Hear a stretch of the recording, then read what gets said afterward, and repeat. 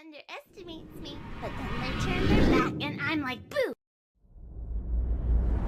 I think The Shining is perhaps the most theorized movie in cinema history. The Shining is one of the only films where within the first 10 minutes basically give the entire narrative away before the movie even starts. From almost the start of the film, we get our first clue as to what The Shining is really about. I think strongly suggests that that book is definitely the trigger that many researchers and theorists have proposed it to be. Are they setting up Jack in The Shining to be a mind-controlled assassin? And clearly this is Stanley Kubrick telling Stephen King, this is my story, not yours. Stanley Kubrick had intelligence ties in a very big way. Several top-ranking NASA officials even visited the set several times. And for him to create a movie that is not depicting ghosts or apparitions, but people acting as ghosts, as an experiment ran at the Overlook. And there are common factors which link the two, not least MK Ultra. Kubrick was forced to take The Shining by Warner Brothers. Keep in mind that Jack and Danny are the only ones to enter into room 237. That when you see things here in the hotel, just think of them as pictures in a book. The first time that Danny encounters anything strange is in the games room when he sees the twins. MK Ultra mind control is so absolute. Anyone can be programmed to do anything. Jack is writing his own view of psychic driving. Most people don't know that Stanley Kubrick shot an ending to The Shining that almost no one ever saw. This ending reveals the entire plot of the movie. You think that we're watching a horror movie where ghosts are kind of forcing a man to go off and kill his family, but what are we really watching here?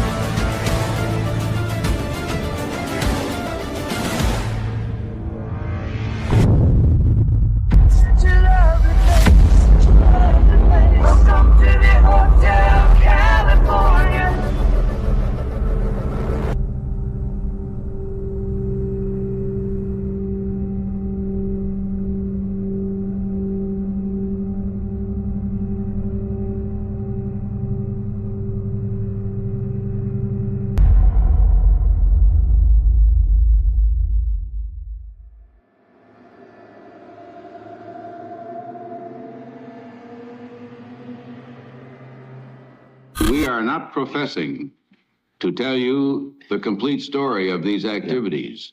We are professing to tell you the complete story that we know. Right.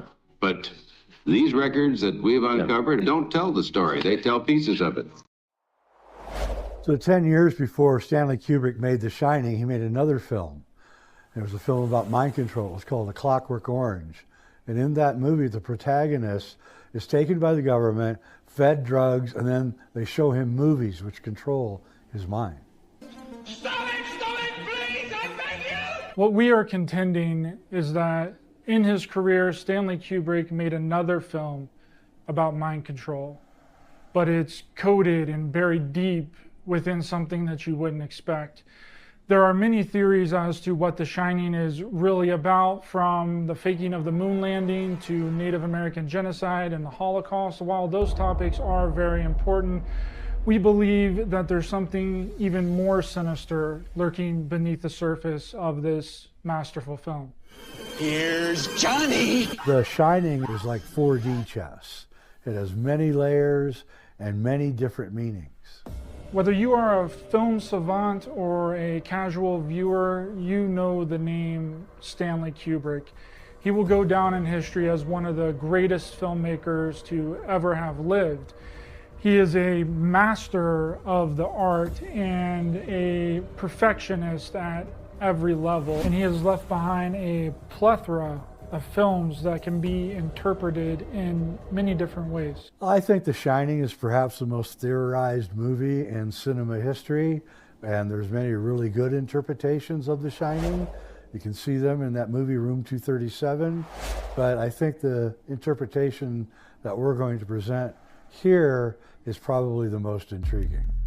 Many others have studied The Shining film for many years and have already pointed out things that just don't add up. There are several continuity errors in the movie which are really kind of unexplainable. And it's kind of curious because Kubrick was known as a man who paid attention to detail. So why are there these gigantic continuity errors in this movie? They spent over a year shooting, so he had plenty of time to make sure everything was right.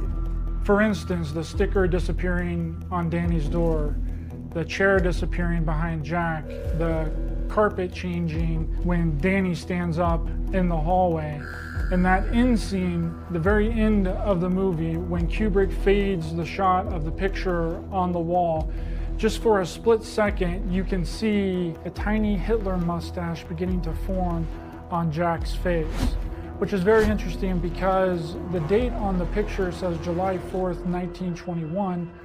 Adolf Hitler rose to power within the National Socialist German Party, commonly referred to as the Nazi Party, in July of 1921.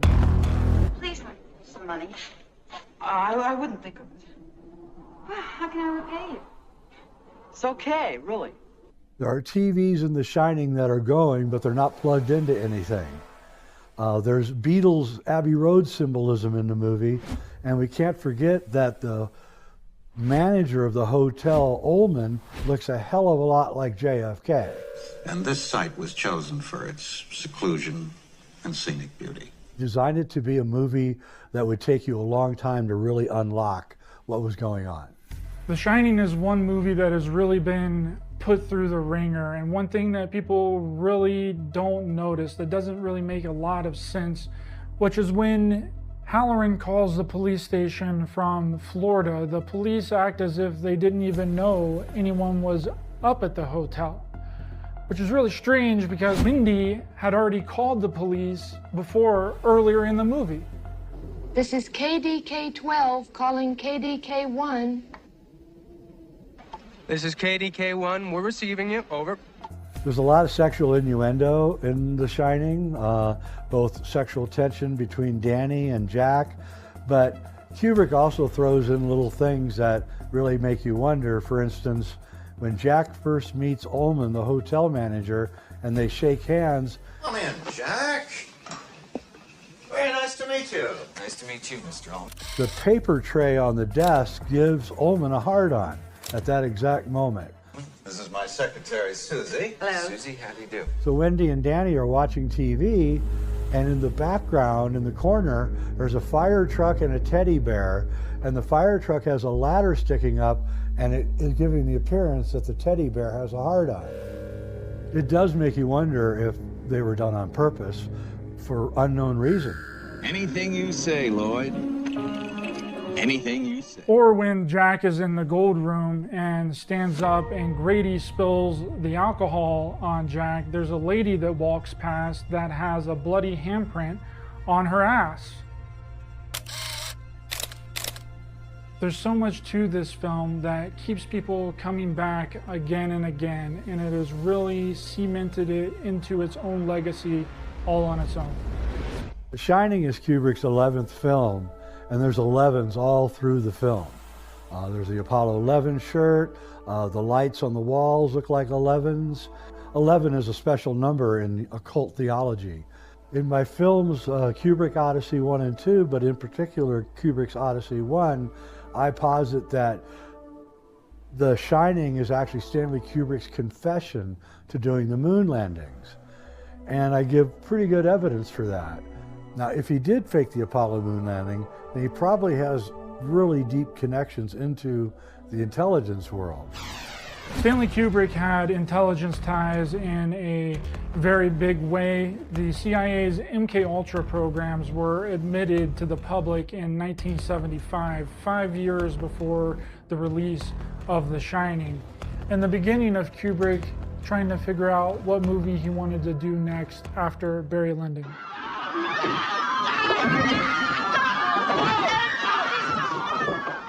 So in 1973, Warner Brothers had the rights to the book The Exorcist, which was a huge best-selling book. And they just signed a contract with Kubrick, and they offered him to do the movie. Kubrick declined. I cast you out!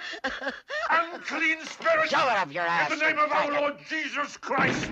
Because Kubrick wanted to make Barry Lyndon. Well, he made Barry Lyndon, but Barry Lyndon lost more money than any Kubrick film ever.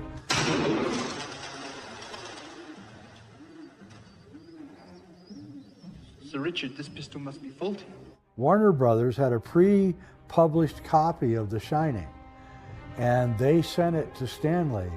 And it's very likely that they kind of said, Stanley, we lost a lot of money on your last movie. We'd like you to do The Shining. And the reasoning behind this is that they'd had super success with an A-list director and a horror novel in The Exorcist, which was directed eventually by William Friedkin, was one of the biggest hits of all time. And they thought that they could repeat this by hiring an A-list director to do the best-selling book, The Shining. I'm sure she'll be absolutely fascinated when I tell her about it. She's a confirmed ghost story and horror film addict. Stanley Kubrick has openly criticized Stephen King's writing ability. There's a shot on the set of The Shining where there's a definitely no smoking sign, and the SMO of the sign has been blacked out, and the sign appears to read, definitely no King. There are many differences between Kubrick's film and Stephen King's novel. Things are added, things are subtracted. In the Stephen King novel, Jack drives a red Volkswagen Beetle. In the movie, Kubrick, for some unknown reason, changed it to a yellow Beetle. And that's curious, because later in the movie, when Halloran is driving to the Overlook during a snowstorm in Denver, he sees a horrific car accident in which a semi-truck has crushed a red Volkswagen Beetle. And clearly this is Stanley Kubrick telling Stephen King, this is my story, not yours. It's been said that Kubrick was an atheist and that he didn't believe in the paranormal or the supernatural, which might have been influence for him to create a movie that is not depicting ghosts or apparitions, but people acting as ghosts, as an experiment ran at the Overlook, and as a part of an experiment within the film, and also an experiment on the audience.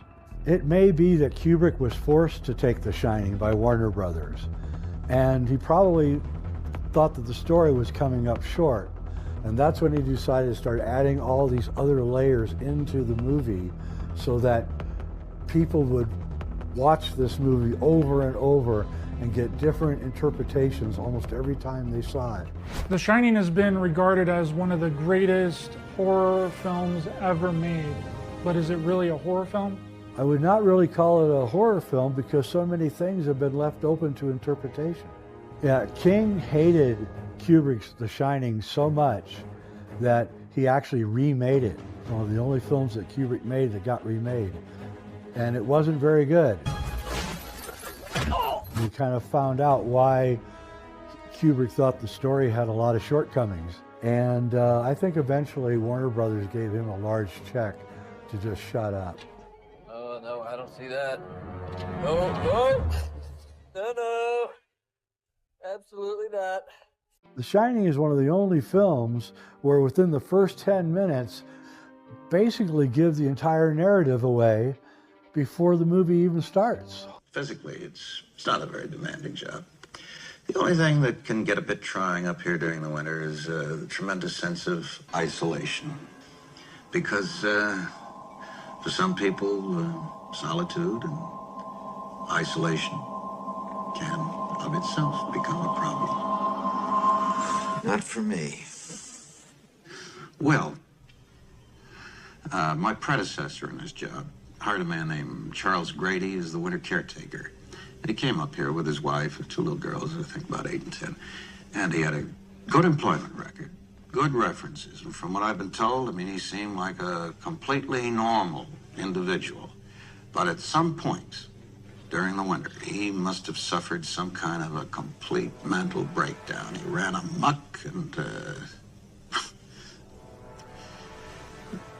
killed his family with an axe. Then he put both barrels of a shotgun in his mouth. Police, they thought that it was what the old-timers used to call cabin fever. The Shining is very unique in the way that nothing supernatural or paranormal really happens in the entire film, with the exception of the ball rolling toward Danny before he goes into room 237, where he is assaulted by a woman, which is a scene that happens off camera. And then when Jack goes into room 237 to try and figure out what happened to Danny, he then sees a very attractive woman turn into an elderly lady, which he later refutes and says that nothing happened in room 237. Did you find anything? No, nothing at all. I didn't see one goddamn thing. Keep in mind that Jack and Danny are the only ones to enter into room 237, and thus far are the only ones to experience anything strange. And both are not telling Wendy what has happened. What makes The Shining so interesting is its ambiguity. Unlike other horror films, which have a beginning and a middle and an end, and everything is all wrapped up nice at the end, that doesn't happen in The Shining. You actually, on the first viewing, have very little idea of actually what's going on in this movie. The first time that we meet Wendy and Danny in The Shining, they're both wearing red, white, and blue. And Wendy is reading a book by an intelligence officer named J.D. Salinger called Catcher in the Rye. Well, a substitute teacher out on Long Island was dropped from his job for fighting with a student. A few weeks later, he returned to the classroom, shot the student unsuccessfully, held the class hostage, and then shot himself successfully. This fact caught my eye. Last sentence, Times. A neighbor described the teacher as a nice boy, always reading Catcher in the Rye. This nitwit Chapman, who shot John Lennon, said he did it because he wanted to draw the attention of the world to Catcher in the Rye. And the reading of this book would be his defense. Young Hinckley, the whiz kid who shot Reagan and his press secretary, said, if you want my defense, all you have to do is read Catcher in the Rye. My name's Mark Devlin. I'm a former club and radio DJ turned author, researcher, broadcaster and public speaker. And these days I look into the true nature of the music industry and entertainment and popular culture generally, and what it's really used for. And unfortunately, it's not all about fun and entertainment. There are other agendas at play. Normally conditioned American who's been trained to kill and then to have no memory of having killed. His brain has not only been washed, as they say, it has been dry cleaned. Catcher in the Rye by J.D. Salinger is a book which has been identified as a trigger in MK Ultra style mind control programming. So Mark Chapman was found reading a copy of this book on the scene of the John Lennon murder. Then, only a few weeks later, John Hinckley Jr., who's the guy who attempted to assassinate Ronald Reagan, was also found with a copy of Catcher in the Rye.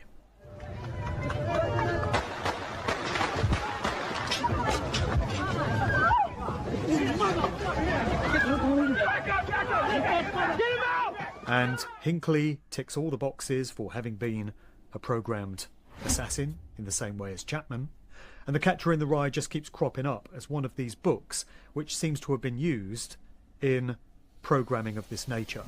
Both the Mark David Chapman and John Hinckley assassinations came within a year of the release of The Shining.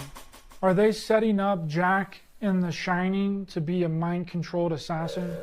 Little pigs, let me come in. So it makes sense if he's making a multi-layered movie that one of those story layers is going to be about his experiences with the intelligence world, including MKUltra.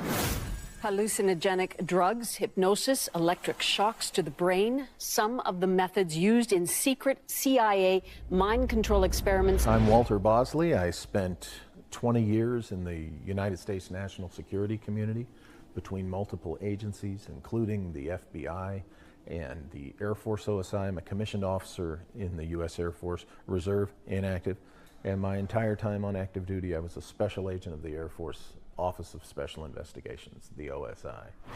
MKUltra is a technology of methods to control personnel, specifically operatives. That's what it was developed for. Originally, it was developed so that captured air crews during the Cold War could resist interrogation. From there, what was pursued was using MKUltra methods, psychiatrically control assassins. Literally assassins in the way that it would be perfect for operational security. You would have a trained assassin. He would have his assassin side of his psyche suppressed until they needed him or her. And with a code word, much like the film The Manchurian Candidate. Sergeant Raymond Shaw. Yes? Raymond Prentice Shaw. Yes. They could activate this operative, they would go do their mission, and then afterwards they would deactivate them with another code word or phrase, and that person would go about their business having no idea that they had committed an execution, an assassination.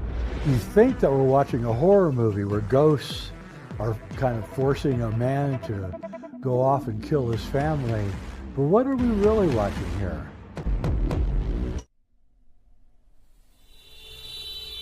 Laurel Canyon is in the Hollywood Hills overlooking Los Angeles. I paid a visit there in 2017 on the track of many of these places that were mentioned by Dave McGowan in his book. So I went up there with a podcast host named Greg Carlwood to the former house of Frank Zappa, former house of Jim Morrison. We got as far up as we could to Lookout Mountain. When you get up there in the hills, you get a great vista over the city of Los Angeles. And there are several canyons up there, and Laurel Canyon sits sort of amidst all of those.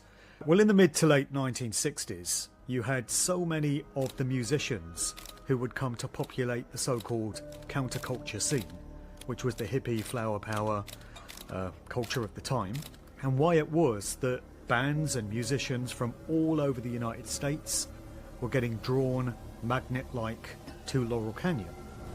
The interesting thing about it is that that neighborhood had no musical heritage whatsoever up to that point. So there were no recording studios, no music clubs, no record labels based there, but for some reason all these musicians were congregating there.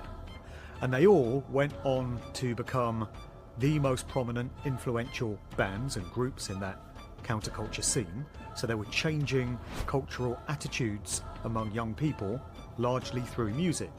Also through things like drugs and other societal changes that were happening, but mainly through music. And all of this was happening in this one obscure neighborhood. We want the world and we want it now. Almost without exception, the fathers of these important musicians had direct connections into the world of the military. It might be the Army, the Navy, the Marines, it might be the Pentagon, the Defense Department, different aspects of government, different expressions of the establishment in terms of bloodline aristocratic families, secret societies like the Freemasons, Bohemian Grove, the Century Club, Harvard and Yale universities, Ivy League universities, and these were all pretty unlikely professions for the fathers of rock stars to have. You would never find any working class professions.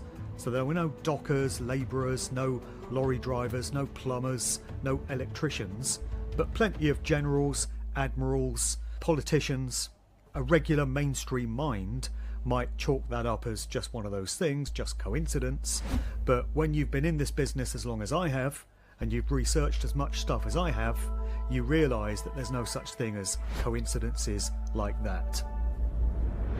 Jack Nicholson was also one of the early people involved in the Laurel Canyon movie scene. Not just a music scene was going there, but a movie scene was also going there. And Jack wrote and starred in a movie called The Trip, which glorified LSD. And he also was the star of the most famous Laurel Canyon movie, Easy Rider, starring Peter Fonda and Dennis Hopper. What you represent to them is freedom. What the hell's wrong with freedom, then? That's what it's all about. It was that movie, Easy Rider, which inspired Kubrick to hire Jack Nicholson for The Shining. But he also starred in Psych Out. Let's kill her and eat her. What are you laughing at? Wrote and starred in the Monkees movie Head. The Monkees were another famous Laurel Canyon band. The Monkees. Mickey, Davy, Mike, Peter in Head. That's right, Head. The strange thing is that we don't know who Jack Nicholson's father is, and supposedly he doesn't know either. He was born out of wedlock, and his father disappeared soon after he was born. But there's another actor that Kubrick worked with who was a famous resident of Laurel Canyon, and that would be the star of Lolita, Sue Lyon. Way at dusk, and as the lights go on, the News of the Day camera records the welcome for Lolita, the film the whole town's talking about. Introducing Sue Lyon in the title role and starring James Mason, Shelley Winters, and Peter Sellers. In the 1950s and early 60s, Kubrick had established a partnership with James Harris, who would be his producer, leaving Kubrick to just be able to write and direct. And so they made 3 movies together. They made The Killing, Paths of Glory, and Lolita. Sue Lyons was also best friends with Michelle Phillips, one of the singers in the famous Laurel Canyon group Mamas and the Papas. It was in Lolita that Michelle Phillips says that her best friend, Sue Lyons, lost her virginity at the age of 14 to producer James Harris, who was 32 at the time. Lyon, how old were you when you were picked for this picture, Mr. Kubrick? I was 14. Sue went on to lead a tragic life, and she blamed much of her troubles on the experiences she had behind the scenes of Lolita. Gossip columnist Dorothy Kilgallen even commented on the relationship in one of her columns. Michelle Phillips and Sue Lyons had had a friendship since they were very young, since they both lived in Laurel Canyon. You're a disgusting, despicable, loathsome criminal fraud! Do that. Because you cheated me. Because you took her at an age when young lads... That's enough. Say, what'd you take it away for, mister? George Stephen Morrison is probably the best example we have of one of these prominent musicians coming out of Laurel Canyon having high-ranking connections into the military. So he was a Navy admiral, and he was in charge of the fleet of ships involved in the Gulf of Tonkin false flag event. which was used to justify the escalation of America in the Vietnam War and the very bloody, murderous body count that it left in its wake. He also happens to be the biological father of Jim Morrison of The Doors. So you've got this iconic rock god who was effectively a poster child for this anti-war generation, the baby boomers at the time. They were the targets of this psychological operation, which was all about sex and drugs and rock and roll, hitting them with all of that. LSD in unending quantities, which was the drug of choice attached to that whole scene. The supply lines for the LSD lead directly back to the CIA. There's documentary evidence to prove that this was the case. And then you've got this guy who was effectively representing the youthful angst of that generation, and his dad basically started the Vietnam War, or at least escalated it to a major degree. Again, many people will probably say maybe Jim was not happy with his father's value system and he sought to disavow himself of it by going a different path. And if that were an isolated example and the only one we need to deal with, we might be able to draw that conclusion. But it's not. That's one of so many examples. The fathers are always admirals, generals, colonels, captains in these different military institutions. So we have to conclude from this, faced with the evidence, that Jim Morrison was an actor playing a role.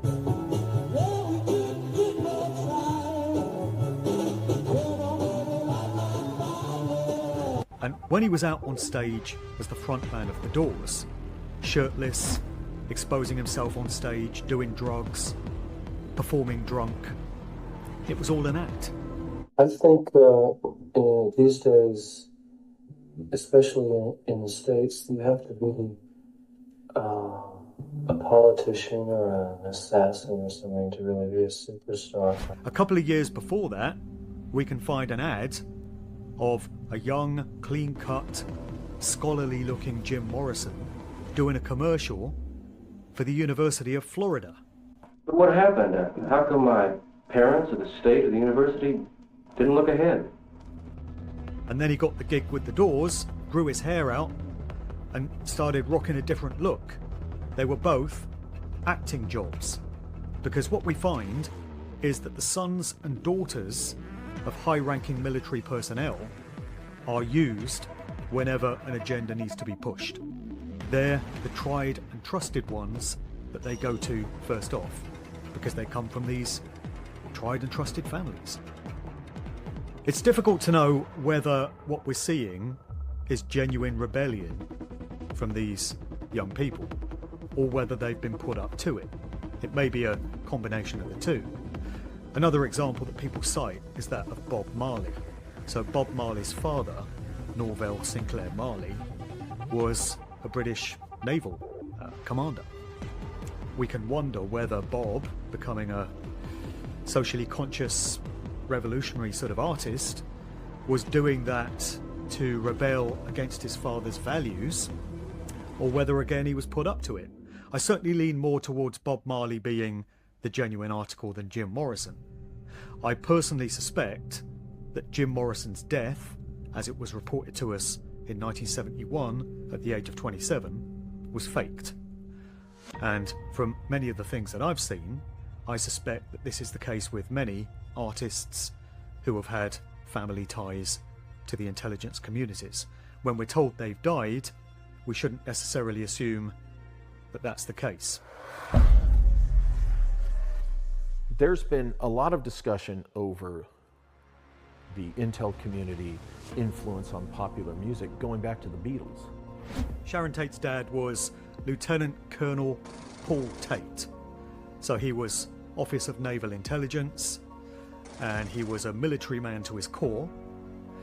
So once again, we have a direct connection between one of these actors, literally, and the world of the military. Many people would argue that the Manson Tate murders were used in part to put a nail in the coffin of that whole hippie era and all the ideals that came with it. The 60s were considered to be pretty much over. So it was a very short-lived scene, but I would argue that the legacy of it is still being felt today, because it was all about changing societal attitudes towards music, culture, family, sex, drugs, and everything in between. Of course, the most famous incident that happened in Laurel Canyon was the Charlie Manson murders of Roman Polanski's wife, Sharon Tate, and 3 others. Roman Polanski directed Jack Nicholson in Chinatown, and it was at Jack Nicholson's house that Roman Polanski raped a 13-year-old girl, in which he had to leave the country or he would go to jail for like 20 years. And it was right after that that Jack Nicholson left America and went to England to shoot The Shining for over a year. Why didn't you shout or something? Yeah. Always too cold.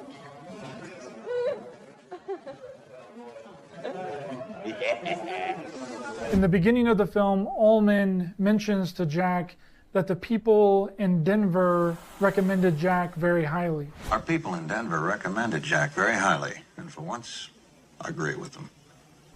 Like, who are these people in Denver?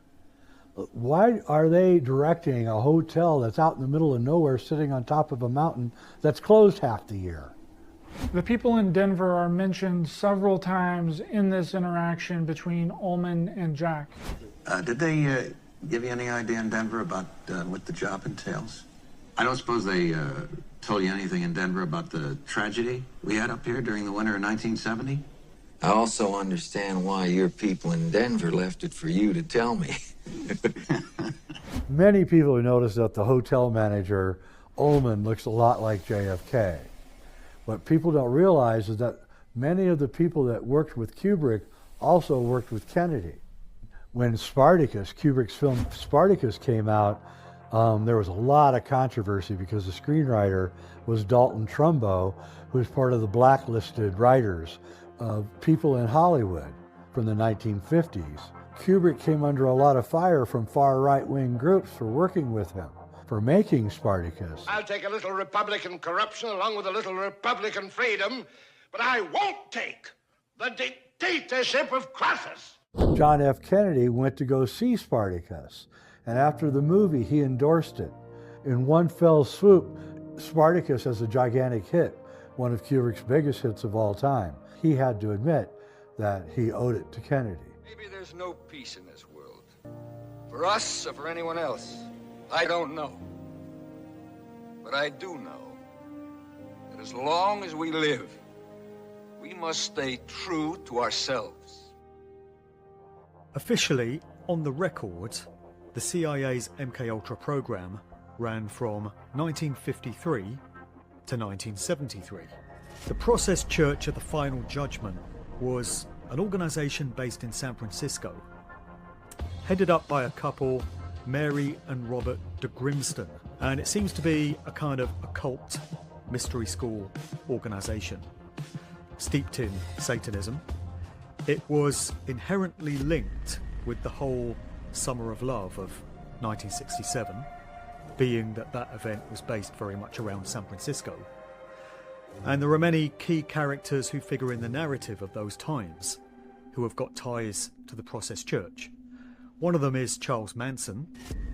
You also have Sirhan, who is the guy who is said to have assassinated Robert Kennedy, although lots of evidence suggests that he didn't actually do it. He was merely fitted up for it and made to believe that he'd done it through some MKUltra style mind control experimentation. So he was connected to the process.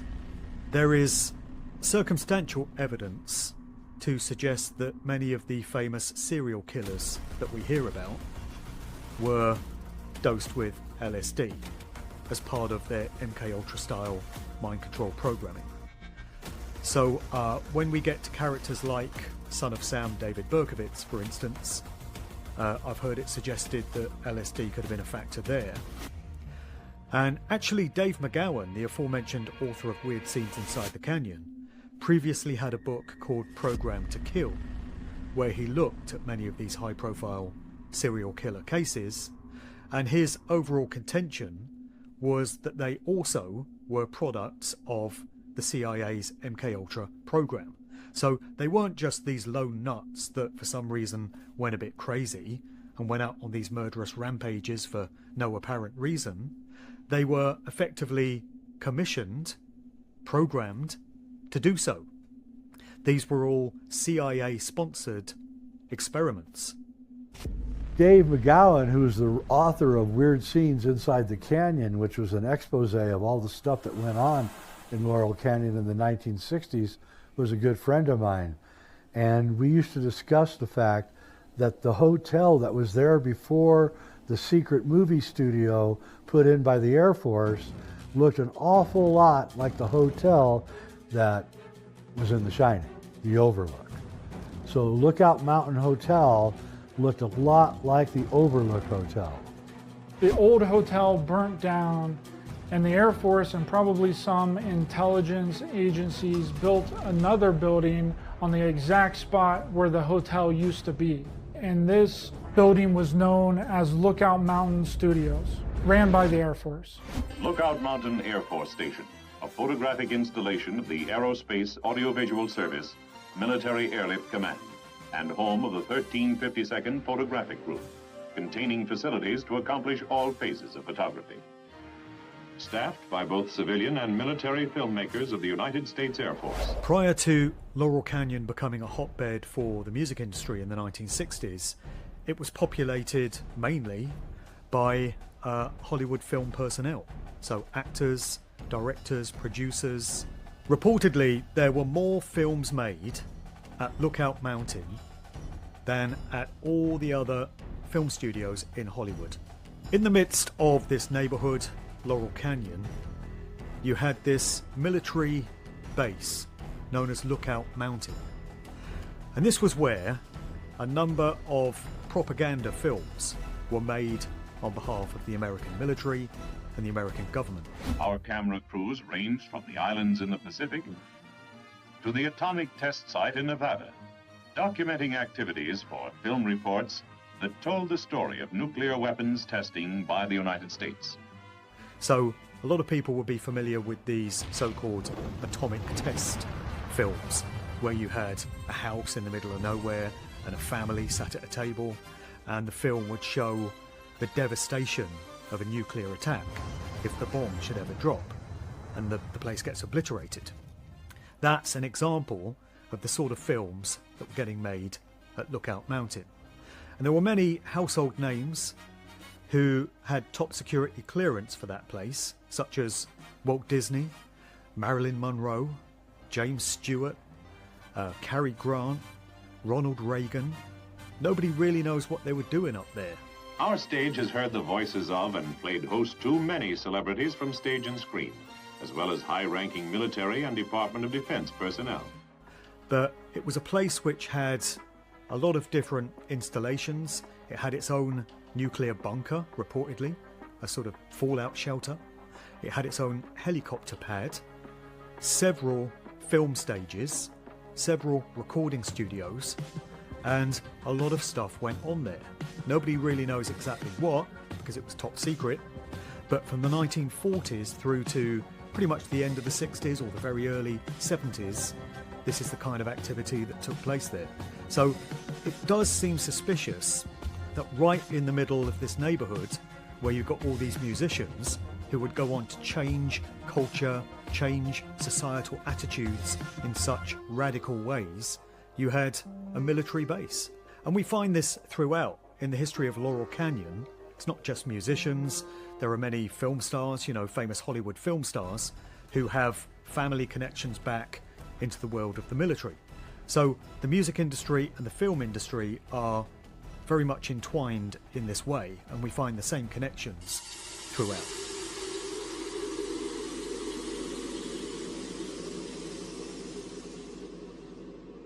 Isn't it a coincidence that the Air Force had a studio called Lookout Mountain, and the hotel In Stanley Kubrick's The Shining is called the Overlook, Lookout, Overlook.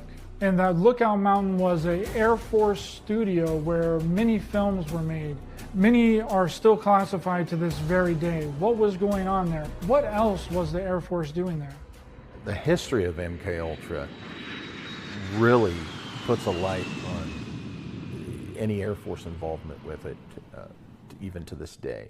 Back in the 50s, when the CIA brought in the military branches to introduce them to the MKUltra technology methods of the Army, Navy, and Air Force, the Air Force was known to be the most excited, the most turned on by MKUltra and its prospects. They were the only branch that started their own independent MKUltra program. What I find interesting is that in 73, 74, when the CIA had to come clean about what they've been doing with this MKUltra stuff, not a word out of the Air Force. The Air Force to this day has never had to go before Congress and say exactly what they've done with MKUltra, the extent of it. Now, when I was an agent, I became an agent 30 years ago. During my time on active duty, I was told about what was done to my father with hypnosis. He had been active duty Air Force in the late 50s, and what I was told by someone who's a superior officer to me was that the Air Force used hypnosis on my dad to suppress his memories of this ultra-classified operation he was involved with out in East Arizona in the summer of 1958. And in the subsequent research and investigation I've done on my dad's situation, it suggests to me that the Air Force MKUltra program, in my opinion, had to have gone farther than the CIA took it back between the early 50s and up to 74, when they had to admit what they had been doing. Look at some UFO cases and the things that are reported. Tells me that MKUltra is likely being applied. The answer, in my opinion, is yes. The Air Force is definitely, to some extent, using MKUltra. The Air Force Missile Mission, starring Jimmy Stewart, produced and photographed here at Lookout Mountain to explain weapons and policy, to show how both planes and missiles are needed for our defense. Kubrick lived on and off in Los Angeles from the early 1940s until the mid-1960s, so it's very likely that he knew about the secret Air Force movie studio up on Laurel Canyon. That would explain the weird coincidence of how the Lookout Mountain Hotel looks a lot like the Overlook Hotel in The Shining. When Stanley was in the middle of making Dr. Strangelove, he asked the Pentagon if they would let him see the inside of a B-52 so that he would get it accurate.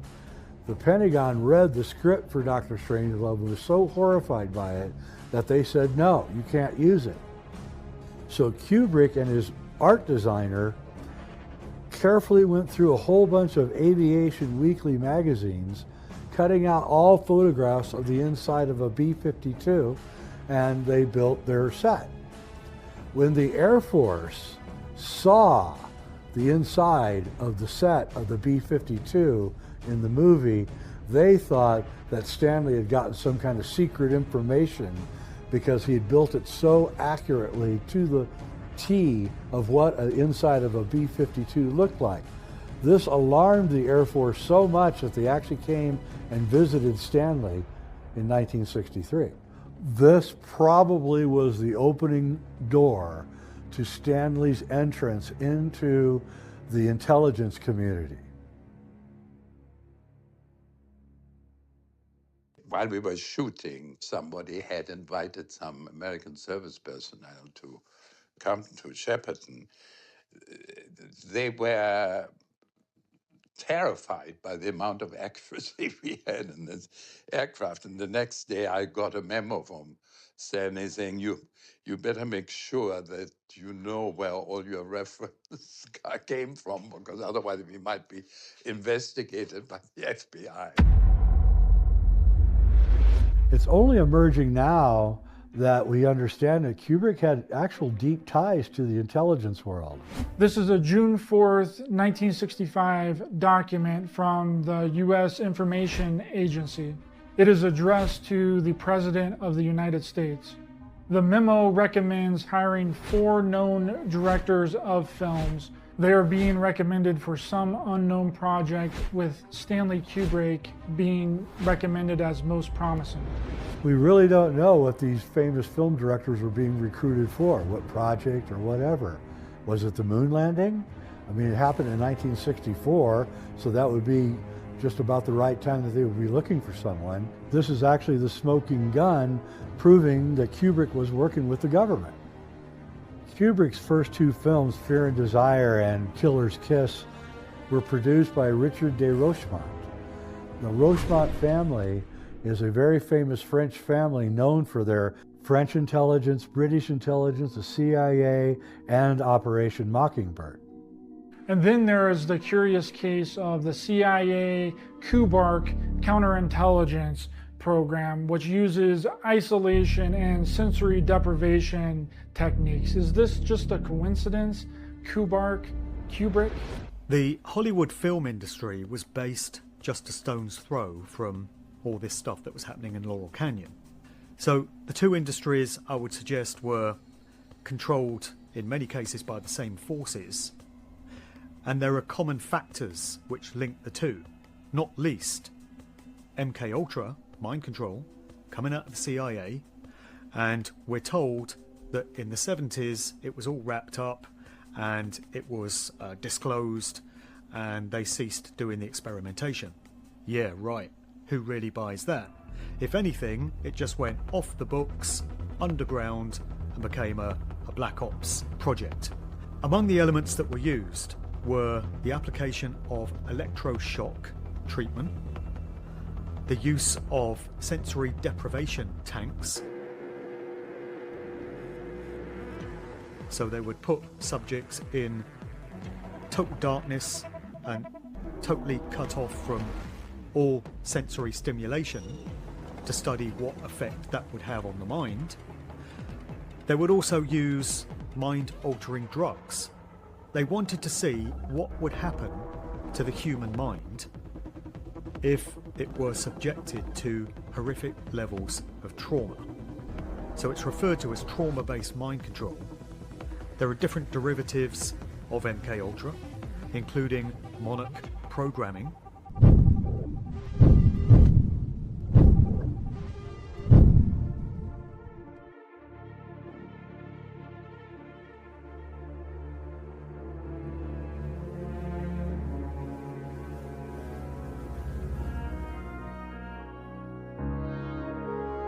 So 2001 was also a way for them to figure out how to fake the moon landing, but it was also a giant advertisement for the aerospace industry and the military-industrial complex, which is probably who funded the movie.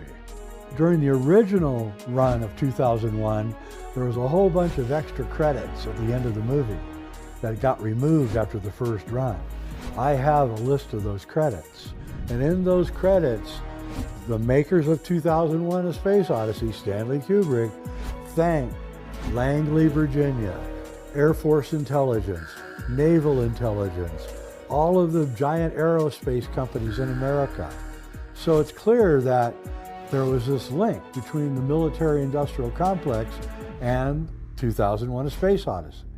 In movies, you sit down and you write the script, and then you put the script into the production company. They go to the distribution company, they read the script, and then they give money to the production company. And Kubrick must have given Warner Brothers a script for The Shining, but for some reason, all during the shoot, and you can see this very clearly in Vivian Kubrick's film, The Making of The Shining, Kubrick is rewriting the movie. It got so frustrating for Jack Nicholson that he just stopped looking at the script. Simply by picking them up and reading. It turns me into a freaking monster.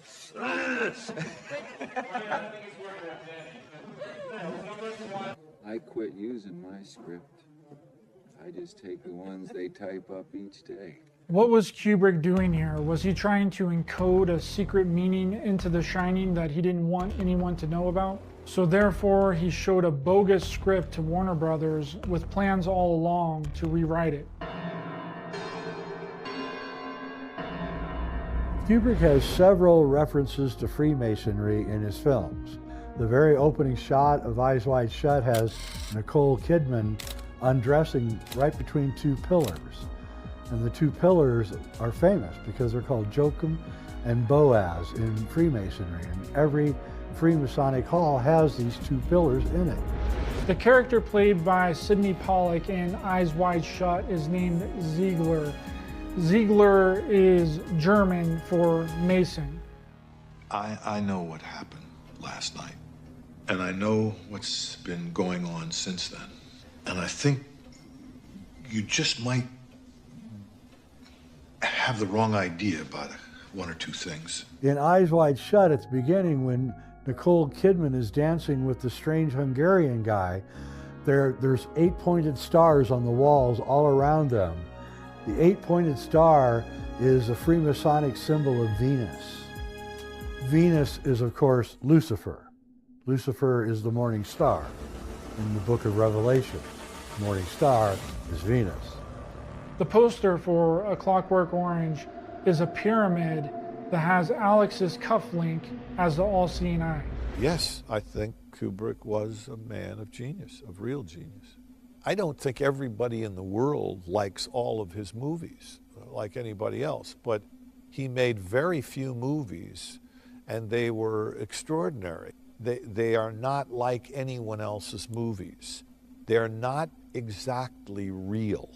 A lot of these LSD and other experiments were funded jointly by the CIA, by the Public Health Service, and by the Masons, basically, through the Scottish Rite Foundation. Sure, I'm Joe Atwell. I'm an independent researcher and author. I wrote Caesar's Messiah and Shakespeare's Secret Messiah. I also have a dozen or so articles at a website called Post Flaviana. These articles deal with the modern literature that I've done analysis regarding. One of the articles that has received, I would say, the most attention is an article I wrote on Catcher in the Rye. J.D. Salinger was a member of the OSS, and following World War II was part of what was referred to as counterintelligence, which is a very small organization, but it was responsible for basically debriefing Nazis and also enforcing propaganda. It was engaged in mind control. One of the individuals was Henry Kissinger, right? So Salinger was in this group. So this is a bad trajectory for an author that is going to have a lot of cultural influence in America, because the OSS then basically morphs into the CIA, which the very first thing it does, of course, is produce MK Ultra. Salinger's book has an occulted level to it, an occulted meaning, which basically is the description of Holden Caulfield's process by which he becomes a master Freemason. I knew almost immediately when I was reading it that it was related to Freemasonry, because it was at the very beginning of the book they talk about Holden Caulfield sleeps in Eli's bed. And I'm a Bible scholar. I write about the Bible. I knew what Eli's bed was, and I knew what Eli's bed was relative to Freemasonry, because this is actually a story about Solomon. Solomon being the builder of the temple, very important character for Freemason, and events in his life have been woven into their initiation system. And so then when I saw that, I went backwards to the beginning of the book and tried to understand the first episode, which is that he needs to study the Egyptians for 28 days. Specifically mentions the number of days. And I didn't know what that meant. I'm not a Freemason, and I don't know what these things are. I have to do research to find out. But I have a friend of mine who's a Mason, lives right next door. I just walked over there and I said, Dave, what is this studying for 28 days? Is this related to Freemasonry? And he laughed and he goes, oh yeah, that is the first initiation. You have to study the ancient rites of Freemasonry, which is basically all Egyptian, for 28 days. And so then because I had that, the two of them, and in sequence, I could see, well, that probably means the whole book is like this. Following that, Caulfield is blinded, he's covered, his head is covered, and then he receives a blow and he's knocked down. And this is, again, is just an obvious representation of one of the rites of Freemasonry where the initiate is blindfolded and knocked in the head and supposed to have a symbolic death. And Caulfield even says that he says, I feel like I'm dead. Because remember, the occulted meaning of like Catcher in the Rye, or even like the New Testament or the Shakespearean literature, the occulted meaning has to be comprehensible, right? It's just hidden usually in a very systematic way so that it could be understood by someone coming along later on who knows what the real meaning is supposed to be. Holden goes through the initiations and he's ready to become a very high-level Freemason. He's escorted by two brothers, representing the Brothers of Freemasonry, and they take him up to this area in a museum where the ancient Egyptians are. And the brothers say they're too afraid, they can't go in, so Caulfield must go in alone. Again, this is, known to be one of the aspects of the initiations of Freemasonry, that they would go into themselves to receive some sort of secret. So once you have that interpretive frame, once you go, what the writer is doing with Catcher in the Rye is he's making a kind of a satire, using Holden Caulfield on the Freemason initiation process. Once you have that little understanding, the whole book becomes, everything becomes visible. It's not hard. And Salinger sort of underlines this by stating that Caulfield has become a member of a secret fraternity that he was too chicken not to join. He actually mentions this so that the informed reader doesn't have any real doubt about this. You get the fez as you go through the process. At a certain point, after he's passed the first one, he gets a people shooting hat, which is a red hat that he puts on. But notice he calls it a people shooting hat. You see, this is the truth about Freemasonry. What the fez actually represents is that you are now aligned with our values, which is to say, you can kill anyone in defense of our interests. You have complete moral authority. And that's really what's chilling about Freemasonry. And understanding this fact is that he calls it a people shooting hat. And then at the end, when he has the apocalyptic moment with the children, again, it's just kind of complicated symbolism to get to understanding it, but he's killing the children, but he has his people shooting hat on. And that's really why the hat was introduced, and it's not just to introduce him as a Freemason, but to give him that moral authority that they claim, that they have the right to kill anyone and to promote their interests. So if you look at those events as a package, you can see that the very obvious representation of the beginning process of becoming a Freemason. At the conclusion of the book, there's an instruction being given that if someone violates the principle of secrecy, then they are to be disappeared. And I certainly know that John Lennon, before the assassination, in the Playboy interview, he was giving away too many, kind of secret bits about Freemasonry. And he was also saying, I don't want to be a craftsman anymore. I respect them, but I don't want to be a craftsman. And I can assure you he was aware that craftsman was a synonym for Freemason. He also made the claim in the article, in the interview, that the CIA had been responsible for LSD, which is true, and I think it's something that would not be something the Freemasons would want known. And this is why the book has been associated with assassinations. It isn't because the book is a trigger, which has been suggested, that somehow the book is like a Manchurian Candidate trigger that creates the behavior of assassinations. What the book is there for is to give this message to Freemasons that you must maintain secrecy concerning our project. And if you don't, the punishment is death. John Lennon was assassinated because he spoke out. And this is the imprimatur of that act. He spoke out, and he got the results just as Holden Caulfield described at the end of Catcher in the Rye. There's the suspicion that the book Catcher in the Rye is used as a trigger mechanism for MK assassins. We have Chapman and Hinckley, who had Catcher in the Rye on their person and were reading it obsessively.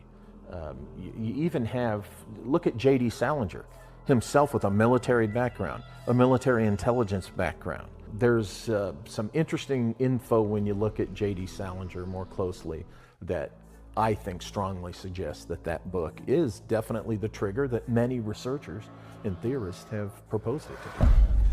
Well, that just happens to be exactly what I'm looking for. I'm outlining a new writing project, and 5 months of peace is just what I want. Jack's character within The Shining is a writer, so it's highly likely that it is his copy of Catcher in the Rye that Wendy is reading. From almost the start of the film, we get our first clue as to what The Shining is really about. You can look at The Shining and see that Jack is being programmed to kill. The forces at work within the hotel are trying to get Jack to kill his family. There's nothing I look forward to with greater pleasure. I give you my word. So Catcher in the Rye seems to have been a trigger for that aspect of MK Ultra. But there are many different aspects as well, including Monarch programming. And we see examples of this in things like the infamous Britney Spears interview from many years ago now, where she's being interviewed by Diane Sawyer. And right in the middle of the interview, Diane Sawyer seems to say something to her which causes her to dissociate from reality and go into one of these alters that's been programmed within her. She just literally seems to become a different person. And she starts behaving very strangely, starts crying, acts as if she's speaking to another person that's just come in the room. And then she pulls herself together and she says, "Strong Brittany," and comes back into herself. This spasm of publicity about what happened from Mexico to London was pretty rough, yeah.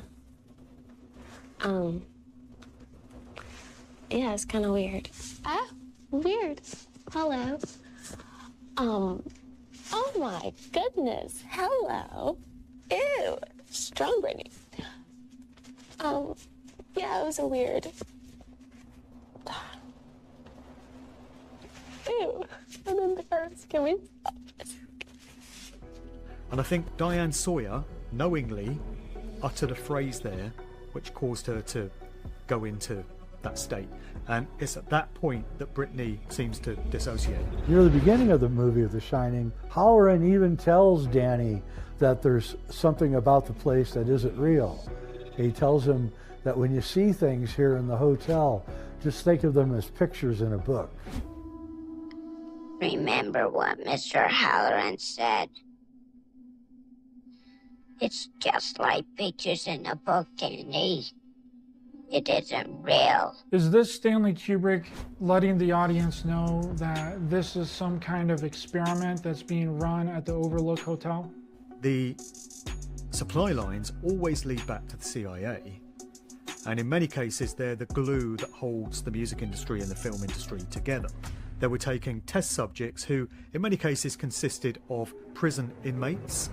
It would be people from mental institutions who would be getting experimented on against their will with no consent, which is why the public was told in the 1970s that MKUltra had been decommissioned, because the CIA admitted that they shouldn't have been doing it, but much evidence shows that they're still doing it to this day.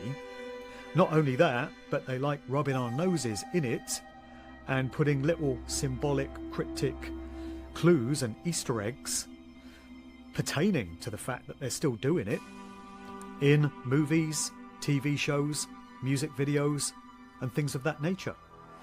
The family is isolated up at the hotel during the winter, which is a perfect place to run some sort of psychological CIA experiment on Jack, Wendy, and Danny.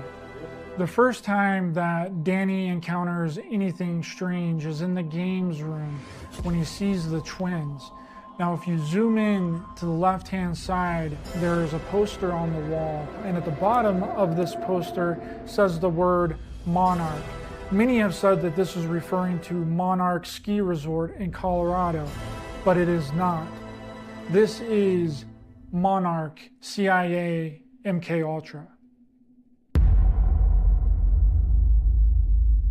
My name is Kathy O'Brien. I am a survivor of CIA MKUltra Project Monarch Mind Control. Monarch is a multi-generational sub-project of MKUltra. I'm very fortunate to have survived it. I've been speaking out for over 35 years on MKUltra Project Monarch and healing from it. The buildings behind me were the headquarters for the World War II Office of Strategic Services. It was here that the first halting steps toward mind control began. I was born into Project Monarch, which is a multi-generational, incest-based study of mind control. It had been found through the Hitler-Himmler research that was imported into the U.S. through Project Paperclip. When we brought the Nazi and fascist scientists into the U.S., they brought the formula for mind control with them. Trauma is the basis of it, whether it's of an individual, a nation, or the world. The way our brains respond to trauma is how mind control works, and they found there's no trauma more horrific on the human mind than sexual abuse of a child prior to age 5 while the brain is still forming. The way our brains respond to trauma is like our conscious mind freezes in fright and leaves our subconscious mind wide open to being easily led and manipulated. The neuron pathways in the brain actually shut down around trauma and repress it deep into the subconscious so the rest of the mind can develop and function normally. Well, after repeated traumas like I experienced from birth, not only was my father's sexual abuse extreme, I was an infant, I didn't judge it, I didn't know that what he was doing was wrong, but my brain knew it was wrong, and it shut down the neuron pathways around that trauma, repressed it, so the rest of my mind could develop and function. But my father was also using me in child pornography, so that shut down more neuron pathways. And then he was using me to being trafficked to my grandfather's Blue Masonic Lodge, to the local politicians and law enforcement there.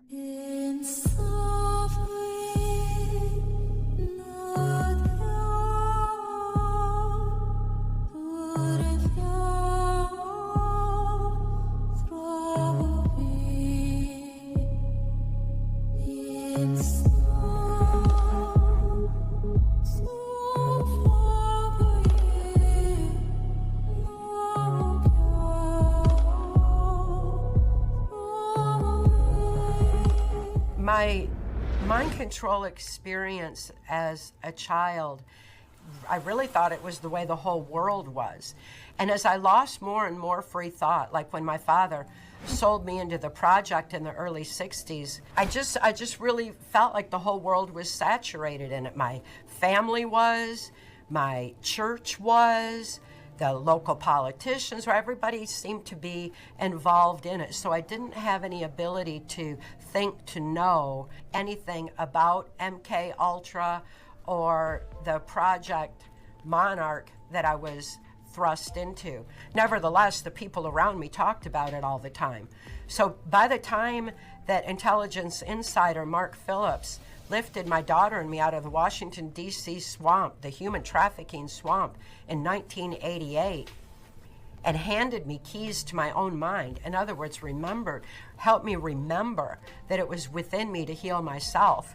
And it's within us all to heal. And when we heal from within, we diffuse all triggers. We have an ability to remember everything that I had experienced, everything that I had been tortured to forget. And in remembering that, I could remember in photographic detail what others were saying about Project Monarch around me, the multi-generational aspect, knowing how the local politician who had approached my father and told him he could receive immunity from prosecution for making child pornography of me if he would agree to sell me into MKUltra mind control. That was a conversation that I had overheard.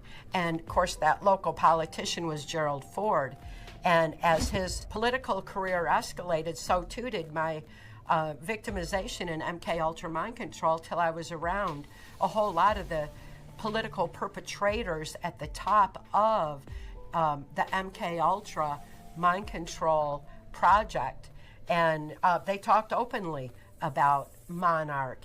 And they even talked about it for the education system, how they wanted to manipulate generations of knowledge within the school system. So the indoctrination has been in place heavily since the mid-'80s that I know of, for the deliberate purposes of creating a multi-generational compliance. It's a great brainwashing process which goes very slow, and it's divided in 4 basic stages.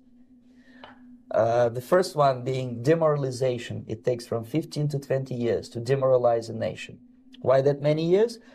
Because this is the minimum number of years which requires to educate one generation of students in the country of your enemy, exposed to the ideology of the enemy. In other words, Marxism-Leninism ideology is being pumped into the soft heads of at least 3 generations of American students without being challenged or counterbalanced by the basic values of Americanism, American patriotism. The result you can see. It is highly likely that Kubrick was familiar with the CIA's MK Ultra program, which probably inspired him to write and direct A Clockwork Orange in 1970. And Stanley Kubrick is placing clues within the movie The Shining to let the audience know that the film is really about mind control and how to control a person to make him kill his own family. Wendy, I'm home. These clues include a hidden swastika in the background of the gold room, possibly symbolizing the Nazi infiltration into the United States through Project Paperclip, and also possibly symbolizing the MK Ultra experiments being ran in Nazi Germany, headed up by Joseph Mengele. We know that NASA was deeply interested in Kubrick's production of 2001. Several top-ranking NASA officials even visited the set several times. In fact, the studio where 2001 was being shot was called NASA East. My MK Ultra mind control experience, I was taken to various military, NASA, and DARPA installations for sophisticated mind control programming. That anything I was told, or however my perceptions were manipulated at the time, is exactly what I believed. I was not able to think beyond that, neither think further forward, nor think back and access other information, so I was only in the moment. Our ability for critical analysis and being able to use our conscious mind. So by the time conscious thought is pretty much lost to the repetitive systematic trauma, then other aspects of our brain do kick in. We get more heightened senses, we get intuitions and telepathic capability. It's not that we develop them, it's just that we access that part of our brain that otherwise is pretty much dormant. We develop heightened senses from the extreme trauma. And again, this was known in the Hitler-Himmler research. So the strategic repetitive trauma is something that is imposed very deliberately to keep our conscious mind frozen in fright, so we're more compliant and easily led. This kind of systematic mind control is being used on society as a whole to create a more compliant society that will go along with the New World Order. Ultimately, it is a slave society agenda, and they need us all compliant, so they're really pushing.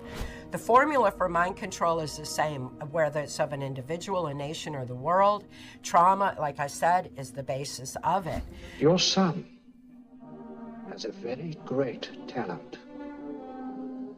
I don't think you are aware how great it is. When Jack meets the previous caretaker of the Overlook, Grady, he tells Jack that Danny is becoming a problem, that Danny has contacted outside forces who are coming this way, and that Jack must eliminate Danny in the same way that Grady eliminated his two daughters. But I corrected them, sir. Wendy, in the beginning of the film, admits to the doctor that Jack has previously abused Danny. On this particular occasion, my husband just used too much strength and he injured Danny's arm. Jack later admits this to Lloyd, the bartender. I've been hurt once, okay? It was an accident. Completely unintentional. It is very likely that Danny's psychic abilities came from the abuse by Jack. Trauma is always the key to MKUltra style mind control programming. And with many of the experiments that took place in these labs, the experiences would have been so horrific for the subjects that it causes their minds to shatter into different compartments as the only way the mind has of dealing with what is happening to it. So it dissociates from reality, it tucks the traumatic experience away within recesses of the mind that it creates for itself so that it doesn't have to face up to what's happening to it there and then. It seems to unlock abilities within the mind which aren't ordinarily there. Because the trauma has caused the mind to open up and go to different places that it never normally would, it can take on all these amazing abilities. That's where things like remote viewing come in, and telekinesis, and these different psychic abilities that the MKUltra doctors were always trying to develop in the subjects. Trauma is the key, and it can lead to some incredible abilities. It's just unfortunate that people have to go through such horrors in order to unlock these abilities. At first, the isolation up at the Overlook Hotel and past trauma is starting to cause Jack some problems. He then lashes out at Wendy. I finally have a chance to accomplish something when I'm really into my work. Shoveling out driveways, working a car wash. Does that appeal to you? After Jack takes the drink given to him by Lloyd the bartender, he begins having his hallucinations. Hi, Lloyd.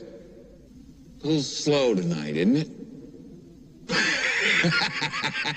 Like, exactly who is Lloyd? How does Jack know him? And where did the booze come from?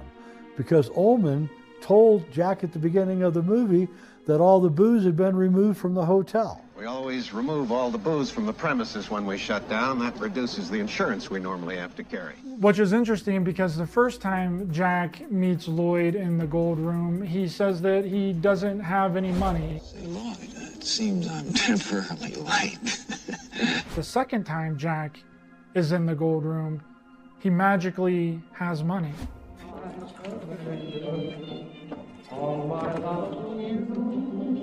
No charge to Mr. Torrance. The CIA has been known to spike alcoholic drinks with LSD and even spray LSD aerosol on entire groups of unsuspecting people. Experimental drugs, including LSD, were administered to human guinea pigs. The patients were never told that their treatment was part of a CIA experiment. The nominal head of the MKUltra project was a guy named Sidney Gottlieb. So he's the guy that was put out up front as the public face of it. And there is this story which involves him spiking the drink of one of his deputies, this guy Frank Olson. And Olson is said to have gone a bit crazy, started behaving erratically, and he jumped out of a window to his death. This is a story you get often with people who've been on LSD. He ended his life at this New York hotel by diving through a shaded closed window in his 10th floor room. Frank Olson was the first known fatality in the CIA's LSD program. Jack doesn't experience anything that could be considered demonic at the hotel until he is provided that alcoholic drink by Lloyd, the bartender. Words of wisdom, Lloyd. Words of wisdom. And then the next thing, he's in room 237, hallucinating the lady that's in there. When you go into room 237, all the colors are really psychedelic and vivid, from the carpeting to the curtains, as if the heightened colors are some kind of hallucination. Did Jack get dosed with LSD from Lloyd's drink, as the CIA was famous for doing in the 1960s? Right after Jack takes his first drink of alcohol provided to him by Lloyd the bartender, Here's to 5 miserable months on the wagon.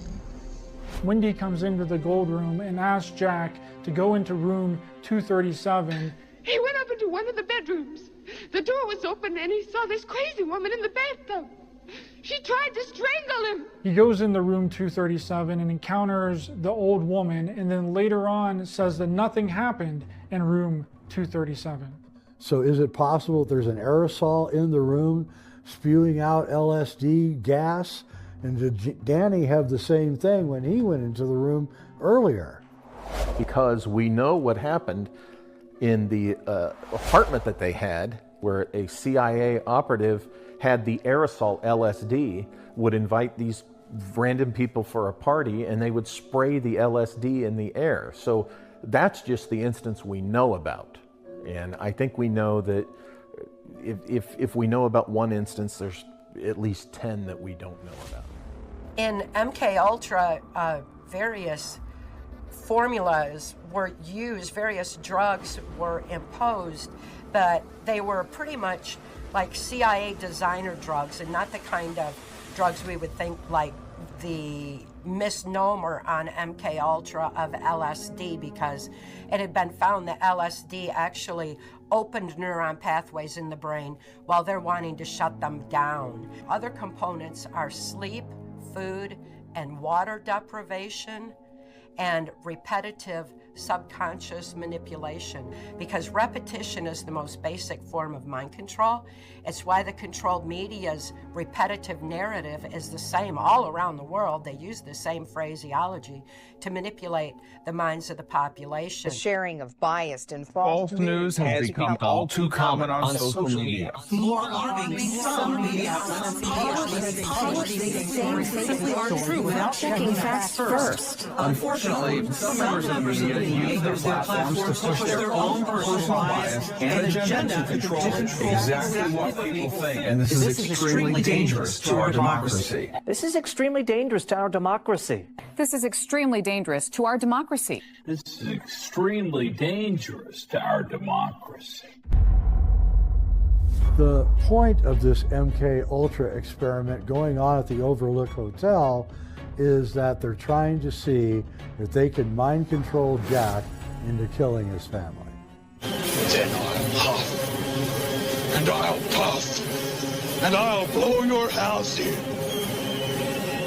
This is very likely why Stanley Kubrick wrote this scene where Jack is not actually writing a book, and Wendy comes in and discovers that Jack is just writing the same sentence over and over again. This is psychic driving. This is a MK Ultra technique. In the past, pain was the obvious torture method. You just put them on the rack, pull those fingernails off. And I'm not saying that wasn't done, but what they did with this psychiatric method was to use the isolation, to get into their heads, to break them psychologically, psycho-emotionally. And then once they broke them down, they could get information from them more easily. Then the concern was, okay, once they break them down, what are they putting in there? The next step was what he called psychic driving. This involved almost endless tape-recorded messages and more drugs for the patient. Cameron wrote that this was the way to make direct controlled changes in personality. And then he would attempt to implant new ideas in the mind of the patient.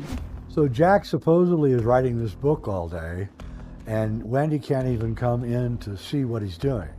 She finally does sneak into his office.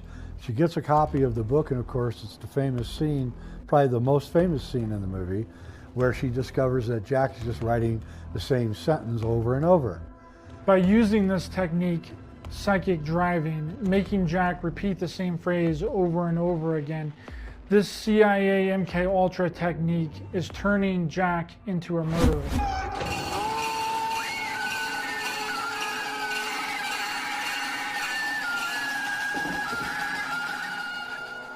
There are the cases that have been discussed that I think there's something to the connection. Sirhan comes to mind. I have to be careful here, but I started working for the FBI in 1988. I was an evidence technician. And so I worked in the evidence vault in Los Angeles at the LA field office. And this was 20 years after the Bobby Kennedy assassination. 20 years. All solved, right? Sirhan's been in prison 20 years. We know who did it, no questions. It's all solved. The ballistic evidence for the Sirhan case was not kept in the evidence vault. And it's not at the National Archives. It's kept somewhere else where one agent can get to it. Now, I found that interesting, and particularly over the years, the more I learned about Sirhan, I found that incredibly interesting because close and shut case, right? And I have begun to question whether Sirhan did it. Like a lot of people do. So you have, additionally, with these other things I'm talking about, you have the notebook where Sirhan was, RFK must die, RFK must die, repeatedly. This is part of psychic driving, okay? When you're driving a narrative into that psyche, when you want the person to believe something. With this, they could put him in position and anything could have happened and he wouldn't know. He doesn't remember it. And I do think that he's an example of an MK Ultra subject.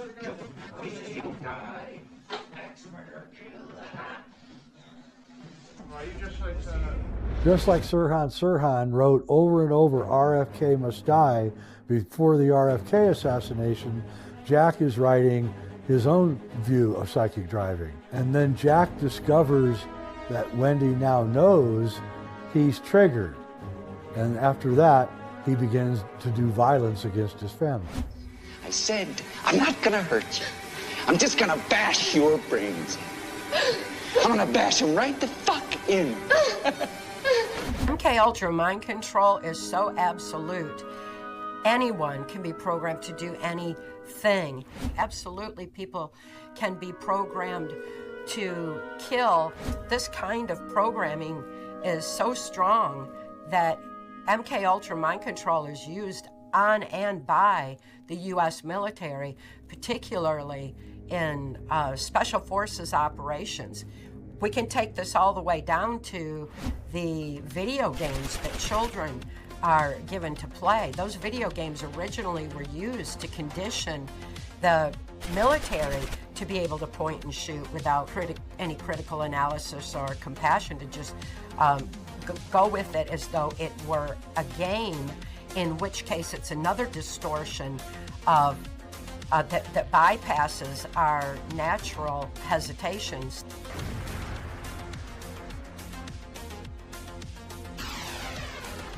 It's even implied that Jack knows that this entire thing is some sort of MK Ultra experiment that's been ran up at the Overlook. When he states to Wendy, "Have you ever thought about my responsibility to my employers, that I have signed a contract?" Have you ever thought for a single solitary moment about my responsibilities to my employers? And that I have signed a letter of agreement, a contract? Who's he talking about? Our people in Denver recommended Jack very highly. The most truly and unexplainable event in the film The Shining is when Wendy drags Jack's body into the storage room, which is very interesting because it was previously set up by Halloran when he was giving Wendy and Danny a tour of the Overlook. And if you listen very closely to this section of the movie, it sounds like Halloran says the story room, not the storage room. Now, this is the storeroom. This is the storeroom. Now, this is the storeroom. Which would make sense because at that point where Jack is in the story room is when it takes a very dark turn. I and others have come to believe that your heart is not in this, that you haven't the belly for it. The most unexplainable thing is when Jack is let out of the storage room by an unexplained force. Go check it out. Wendy wants to leave the Overlook, but Jack has done everything in his power to make it to where they can't leave. He has broken the radio. He has destroyed the snowcat, their only transportation off the mountain. The experiment must go on. As Wendy's trauma increases because Jack is trying to kill her with an axe, she too begins to descend into the MK Ultra program and see the phantasms and hallucinations that the other two, Jack and Danny, have been seeing. But when she sees Halloran lying dead on the floor from an axe wound, the trauma just completely overwhelms her at that point. She then sees a man with his head split, which is symbolizing the MK Ultra mind fracturing that victims go through. Great party, isn't it? So at this point, Danny is being chased by Jack in the maze. The maze is like a representation of the mind and how you trace your way through the mind. As Jack goes further and further into delusions, basically becoming catatonic and reduced to a shell of a human being, which is what a lot of the MK Ultra victims go through. They end up catatonic due to the torturous abuse and sexual trauma that they have been through. Additionally, there's an effort to create false memory in people to make them feel more helpless, like something is beyond our realm to affect. It makes someone feel like they don't have any control over this etherical entity outside themselves, when really it's the people who are imposing the trauma that need to be held accountable for the actions. Those false memories in that regard, or limited memories, can be created. One way to get beyond that is false memory does not have smell. It's like deprogram the program first and hear what was the setup, what it was being told, and realize that it was a lie all along. Danny beats Jack by using the footprints to retrace his steps. He's doing exactly what MK Ultra victims do when they're trying to figure out what happened to them. They have to retrace their steps through the program to understand who did this to them and what happened to them. False memory can be implanted on society, even when you think of, like, the Kennedy assassination was used to traumatize the nation, and we were all told the one bullet theory repetitively over and over again while we were still in a state of trauma. Well, people are looking beyond that now the same way they are looking beyond what we were told happened 9/11, because in essence those are false memories implanted on society as a whole that people are looking beyond now and thinking further. Saddam Hussein has gone to elaborate lengths, spent enormous sums, taken great risks to build and keep weapons of mass destruction. Nuclear weapon, nuclear weapon, nuclear weapon. We know he's got chemical weapons. He's got them, he's got them, he's got them. What was real, what was manipulated, where perceptions were manipulated, to be able to sort through all that, and it helps take back discernment. I think all of society is at a point now where our ability to discern truth has been distorted and manipulated so much that we need to remember our own truth. So I think that we all need to consider how our knowledge base has been altered and realize we have a lot more to learn.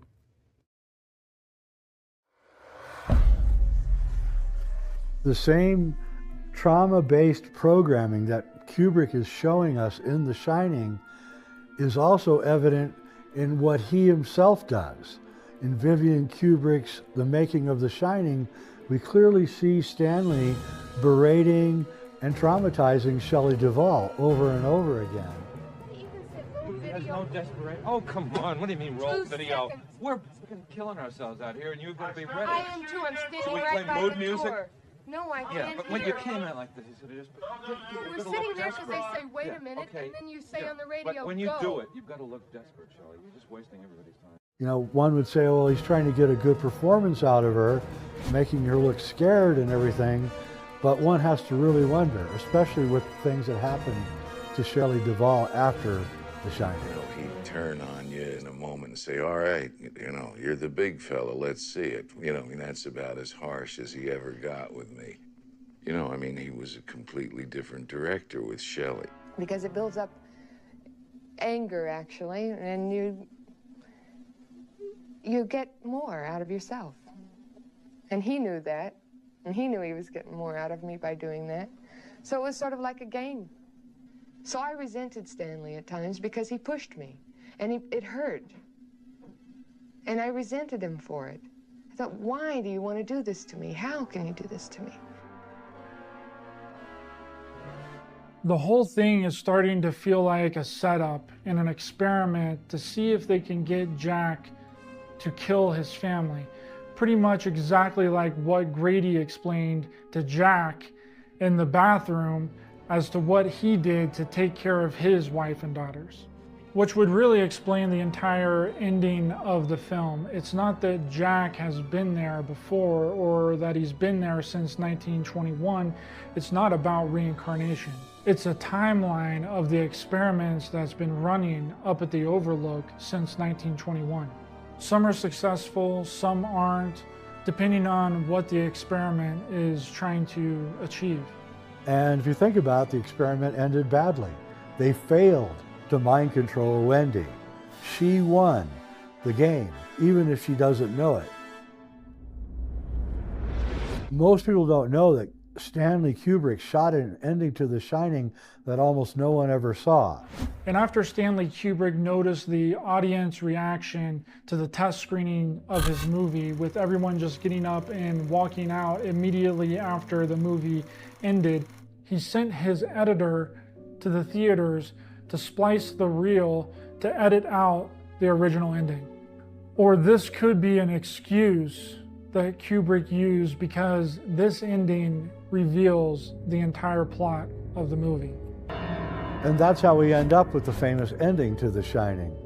But the alternate ending that Kubrick cut out, all we have is some photos and the script. And so looking at the script, we see that Ullman, the hotel manager, comes to visit Wendy in the hospital after the events that occurred in the movie. He tells her that they went to the Overlook and they couldn't find any evidence of what she was saying. And then Ullman tells her that it's understandable that she got things wrong because of all the trauma that she went through. But what this ending actually proves is that this movie is not about supernatural things. It's about a psychological operation that actually got cleaned up after it was over. Ullman then hands Danny the tennis ball that Jack was bouncing off the walls previously in the film, and is also the tennis ball that miraculously rolled toward Danny. Unfortunately, very few people have seen this original ending to the film. They would have only seen it if they were a part of those test screenings, and it's probably the most infamous piece of lost media ever. Stanley very famously destroyed all of the film that he shot that he didn't use, all of the outtakes and everything, which is a very odd thing to do for a guy that likes to preserve his history like he did. But what's also curious is there's another famous project where all the footage was destroyed after it was done, and that is the Apollo program. It was discovered in the late 1970s that all of the footage that they shot in the Apollo program had been destroyed. It's clear from Ullman's statements to Wendy in the ending that was cut out of the movie that there was some kind of cleanup operation, that they cleaned up the Overlook Hotel probably to get ready for the next experiment. But he also offers Wendy and Danny his home on the beach in LA for them to stay. And the question becomes, why would Ullman offer these two people his own personal home to stay in? And the reason is because as part of the experiment, he has to keep tabs on Wendy and Danny to see what effect the experiment had on them. At the end of this alternate ending, there's a subtitle that pops up on the screen and says that the Overlook Hotel would survive this tragedy, as it had so many others. There are many clues that point to the fact that this theory of what The Shining is really about is the correct theory. We have shown that many of the scenes in The Shining appear to be about mind control of the main characters by some outside forces. There are many triggers scattered throughout the film. One is that Wendy is reading a book by an intelligence officer, J.D. Salinger, called Catcher in the Rye, which was found on the scene of 2 major assassinations, which both happened within 1 year of the release of The Shining. Then there's the coincidence that the Lookout Mountain Hotel, which is replaced after it burned down by the Air Force's secret movie studio in Laurel Canyon, looks a lot like the Overlook Hotel in The Shining. To the MK Ultra Monarch poster found on the wall, to the Nazi swastika in the background of the Gold Room. And we have seen how Danny may have received his psychic abilities from MK Ultra trauma-based mind control. We know that Stanley Kubrick was very interested in mind control and had to have known about the CIA's MK Ultra programs based off the fact that he made A Clockwork Orange in 1970. Again, we have to remind you that Kubrick was being sought by the US government for some unknown program in the early 1960s, proving that there's a connection between the US government and Stanley Kubrick. So it makes sense that he would take a novel with a very simple plot and overlay subtext within the film to disclose the fact that it is some sort of CIA MK Ultra program, and also exposing his intelligence ties. The mission being to isolate Jack and mind control him to murder his family. Just like what Ullman was saying in the beginning of the film, by saying that this is more of a psychologically demanding job than a physically demanding job. A lot of people don't realize, but Stanley had a kind of disdain for the paranormal. He really didn't believe in paranormal stuff. And he was just more of a psychology guy. Big fan of Carl Jung, for instance, which he brings into his movie several times. And so it was easy for Stanley to rearrange the Stephen King novel and make the paranormal stuff actually part of an MK Ultra program. Through the theatrics, the people running the operation at the Overlook Hotel are attempting to get Jack to murder his family. They are creating a mind-controlled killer that will do what they want and not even know that he did it.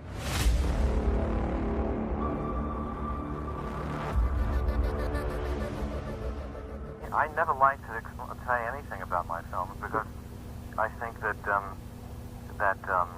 the pleasure that an audience receives in discovering things for themselves is a great deal of what one likes about good films. I know myself, I don't like to read what something is about or to be told before I see it, or what it means. I think the best thing is when an audience looks at a film and wonders whether something that they see is an accident or whether the director or writer meant them to know it. I think that subtlety and allowing the audience to discover for themselves what it is the most important thing. That's why I've always tried to avoid interviews and explanations about the films. I think the film, should be able to speak for